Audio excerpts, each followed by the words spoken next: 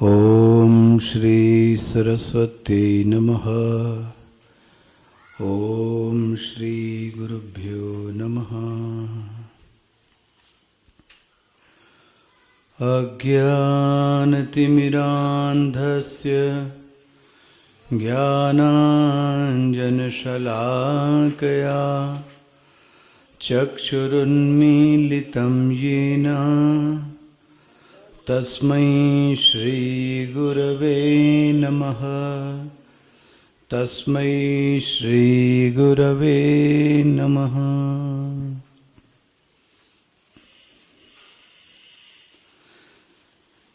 युक्ताहारविहारस्य युक्तचेष्टस्य कर्मसु युक्तस्वप्नावबोधस्य योगो भवति दुःखः। यदा विनियतं चित्तम् आत्मन्येवावतिष्ठते निःस्पृहः सर्वकामेभ्यो युक्त इत्युच्यते तदा। यथा दीपो निवातस्थो नेङ्गते सोपमा स्मृता। योगिनो यतचित्तस्य युञ्जतो योगमात्मनः। यत्र परमते चित्तं निरुद्धं योगसेवया। यत्र चैवात्मनात्मानं पश्यन्नात्मनि सुखम् आत्यन्तिकं यत्तद् बुद्धिग्राह्यमतीन्द्रियं वेत्ति यत्र न चैवायं स्थितिश्चलति तत्त्वतः। यं लब्ध्वा चापरं लाभं मन्यते नादिकं ततः। यस्मिन् स्थितो न दुःखेन गुरुणापि विचाल्यते। गुरुणापि विचाल्यते।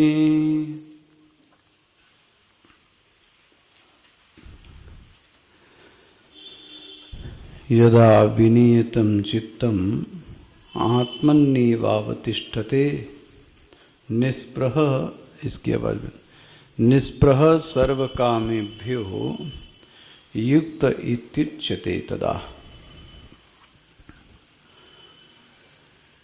भगवान ऐसे साधक को चतुर्थ और उत्तम कोटि का साधक बताते हैं और उसको नाम देते हैं युक्त। वह कैसे बन गया युक्त, भगवान बताते हैं उसका लक्षण क्या है, उसने क्या किया।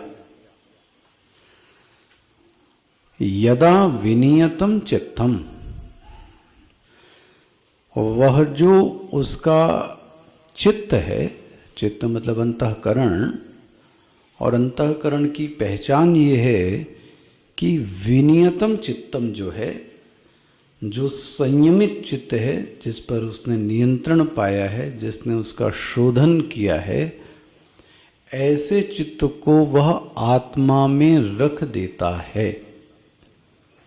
आत्मनि अवतिष्ठते, आत्मा में रख देता है। मानो कि वह और आत्मा दो हैं ऐसा जान नहीं पड़ता। मतलब अंतःकरण अलग है और आत्मा अलग है ऐसा उसको बोध नहीं होता। उसको सिर्फ यह बोध होता है आत्मा एव इदगम सर्वम, जो भी कुछ है वो कौन है, आत्मा ही है। इसका मतलब जो अंतःकरण है वह भिन्नत्वेन न प्रतीयते, भिन्न समझ में नहीं आता। कैसे भिन्न नहीं समझ में आता, मैं एक समझाने के लिए आपको कहता हूं। अच्छा, आप देखो कि यदि व्यवहार न किया जावे तो आंख की क्या स्थिति क्या है, नेत्र की। यदि व्यवहार शून्य हो जाए तो नेत्र की क्या स्थिति। तो नेत्र का कोई भान ही नहीं है, नेत्र का कोई ज्ञान ही नहीं है। नेत्र समाहित किस में हो गया?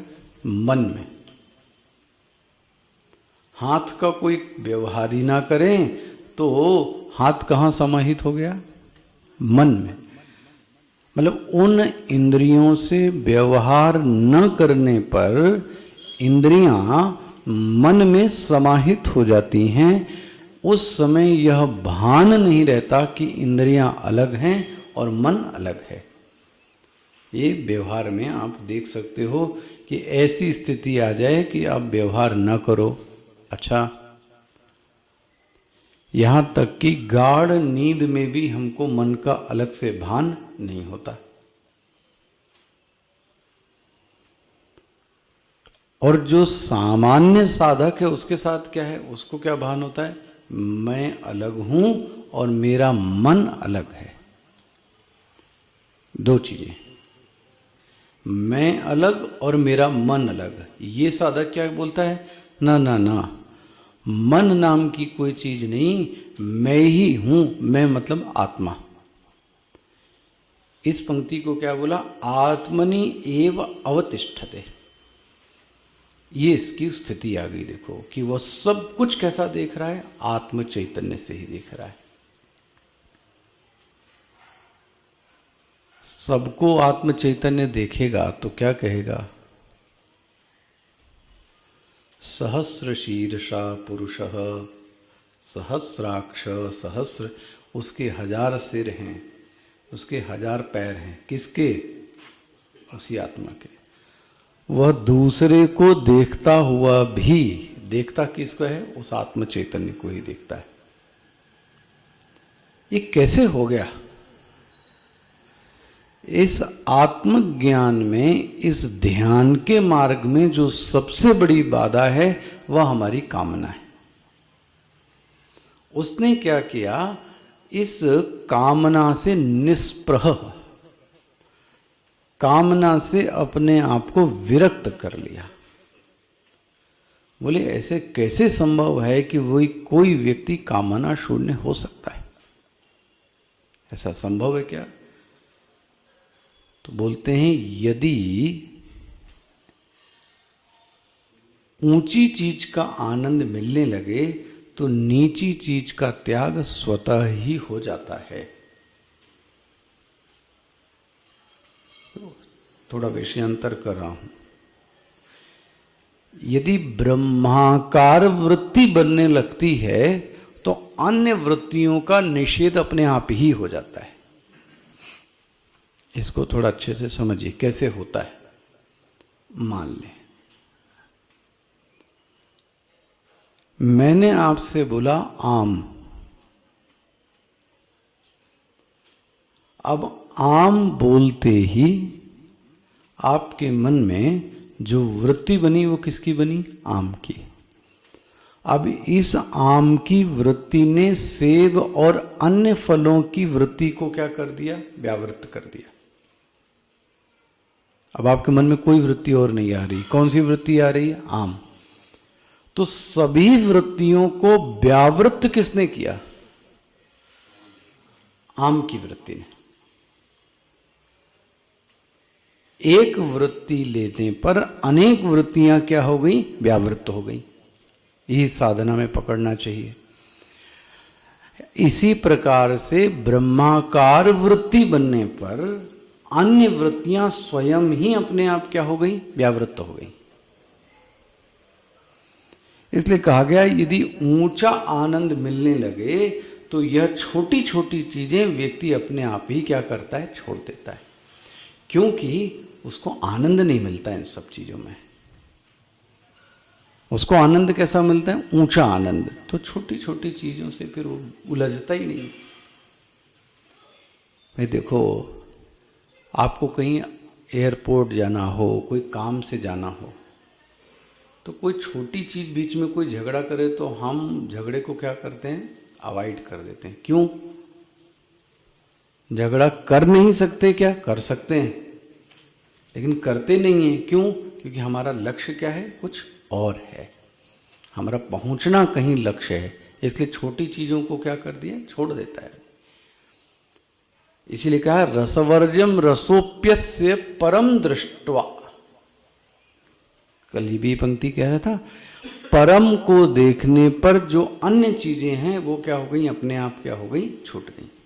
इसके साथ भी ऐसे ही हुआ, निष्प्रह सर्व कामेभ्यो, अब इसके जीवन से यह सब छूट गई और सबसे अच्छा जो रस स्वरूप है वो तो हमारे अंदर ही है। कौन? वह प्रभु है, अंतर्यामी। इसके बाद भी उसको ना देख पाए। कल मैं कह रहा था, अस प्रभु अछथ अविकारी। वह जो प्रभु है वो कैसा है? अछत है। अक्षत मतलब अस प्रभु अक्षत हृदय। इसकी स्थिति कहाँ है? अंतःकरण में। लेकिन इसके बाद भी सकल जीव जग दीन दुखारी, सब दुखी पड़े। क्यों दुखी पड़े? वह चीज है लेकिन उसकी कीमत हमको पता नहीं। अब यह जो अंतःकरण में एक स्थिति हुई, इस अंतःकरण की स्थिति को भगवान ने एक दीपक के दृष्टांत से क्या कर दिया? जोड़ दिया है। अच्छा, जब ऐसी स्थिति है साधक की, तो जरा सोचिए क्या क्या हो रहा है उसके साथ। एक तो पहली बात यह है, जब भी उसकी ऐसी स्थिति होगी तो उसका मन कैसा होगा? शांत होगा। ये तो स्पष्ट हो गया। जब भी ऐसी स्थिति होगी तो उसको अपने सतत स्वरूप की क्या होगा? भान होगा। ये भान ही नहीं होगा, चित्त स्वरूप। भान है मतलब क्या? सत का भान है मतलब चित्त स्वरूप भी है। और ऐसी स्थिति में आनंद तो होगा ही होगा। जब सत और चित है तो इसका मतलब उसको पूर्ण आत्म चैतन्य का भान है। इसकी उपमा भगवान दीपक से करते हैं। जरा देखिए आगे श्लोक क्या है। यथा दीपो, यथा मतलब जैसे कि, इस युक्त की स्थिति कैसी है? जैसे कि यथा दीपः निवातस्थः निर्गतः वातः, जहां पर हवा नहीं लगती उसको क्या बोल रहे हैं? निवात। वात मतलब हवा, बोलते हैं ना वात पित्त कफ। वात मतलब हवा। एक ऐसे स्थान पर एक दीपक रखा गया जहां हवा नहीं चल रही है। ठीक है ना, इतना वर्णन। अच्छा, फिर क्या हो रहा है? निंगते, जब हवा नहीं चल रही है तो उसकी दीपक की जो लौ है वो भी क्या कर रही है? वो हिल नहीं रही है। कैसी? स्थिर। जैसे अभी आप देख लो। लेकिन जरा सा अगर आपने हवा कर दी तो उसकी लौ क्या हो गई? हिल गई। अच्छा, तीसरी चीज और है, सोपमा। यह जो ज्योति है ये कैसी है? प्रकाशमान है। प्रकाशमान है। प्रकाशमान है इसका मतलब मैं ये कहना चाह रहा हूं कि भाई देखो, इसको अच्छे से समझिए।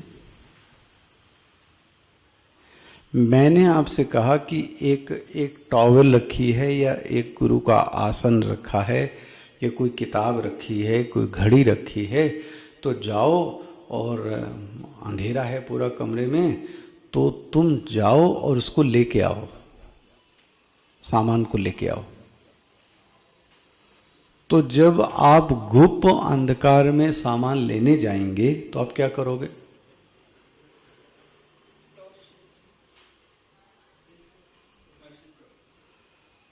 तो ये जैसे दोनों ही ठीक है।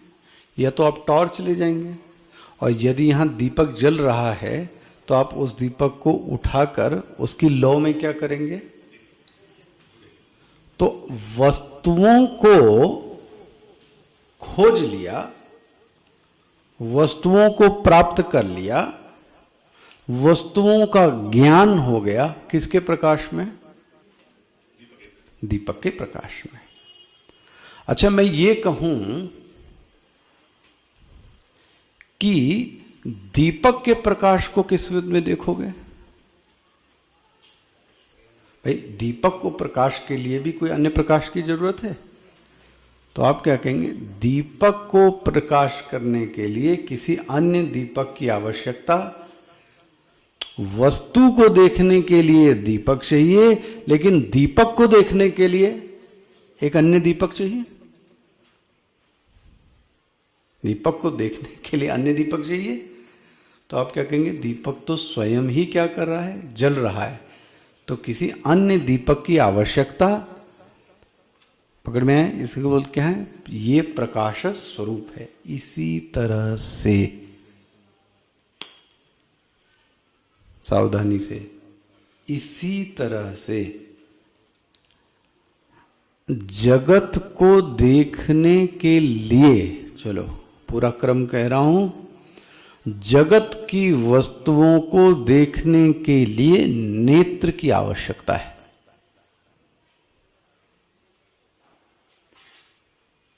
ठीक है, ये नेत्र कर दूं, कठिन नहीं लगा। इंद्रियों की आवश्यकता है। नेत्र तो सिर्फ देखेंगे ना, तो सुनेंगे नहीं। जगत का भान करने के लिए इंद्रियों की आवश्यकता है। इसमें कोई दो राय है?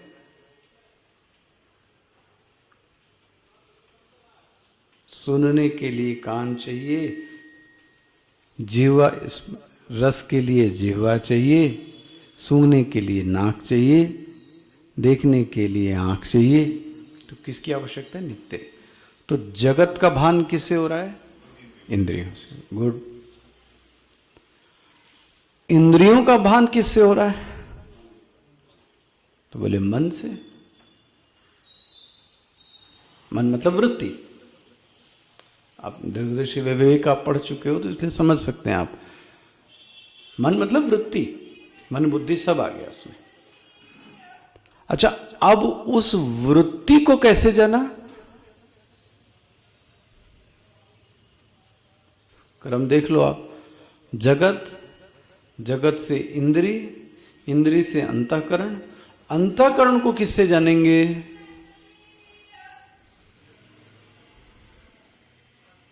साक्षी, साक्षी से जानेंगे। साक्षी को किससे जानेंगे? साक्षी को जानने के लिए किसी अन्य साक्षी की आवश्यकता है, क्योंकि साक्षी खुद ही प्रकाश स्वरूप है। पकड़ में? दीपक का दृष्टांत क्यों दिया गया है? ये चित्त स्वरूप के लिए दिया गया, ज्ञान स्वरूप के लिए दिया। आत्मा को प्रकाशित करने के लिए, आत्मा के ज्ञान के लिए अन्य आत्मा की आवश्यकता नहीं है, जैसे दीपक को प्रकाशित के लिए अन्य दीपक की आवश्यकता नहीं होती। इसमें कोई बात नहीं समझ में आती तो आप पूछो।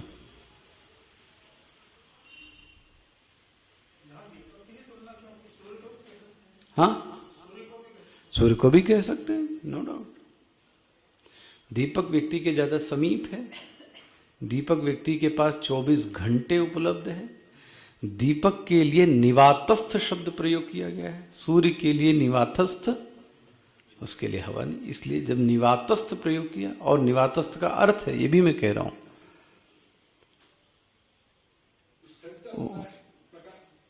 जी हाँ, मतलब आप देखो, मन की जो लौ जल रही है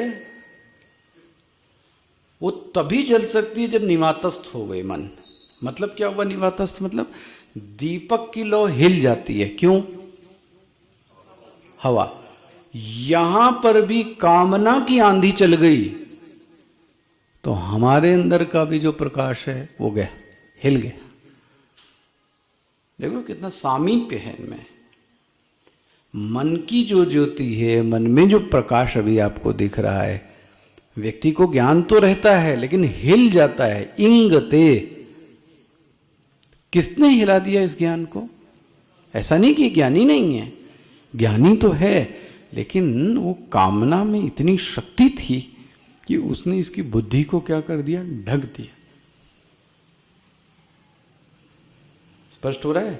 तो अच्छा, सूर्य के साथ सूर्य के साथ कुछ नहीं है ना। तो भगवान ने उपमा दी इसलिए दी क्योंकि साधक की जो दीपक की लौ है वो कामना उसको क्या करती है, हिला देती है, इसीलिए दीपक का दृष्टांत है। बहुत बहुत बहुत बड़ी चीजें इसमें। दीपक की बहुत बड़ा हो जाएगा प्रवचन। इसमें मानस में बहुत अच्छा ये प्रसंग है। जब एक दीपक जलता है तो तेल भी चाहिए, तो पात्र भी चाहिए, तो बाती भी चाहिए, तो अग्नि भी चाहिए। कितनी चीजें हुई हमें, ये सब यहां पे मौजूद है।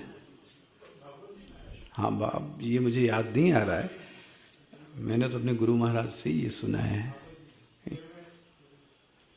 तो अंतःकरणी तो दीपक है। ये जो इसकी शुद्धता है यही तो इसकी बाती है।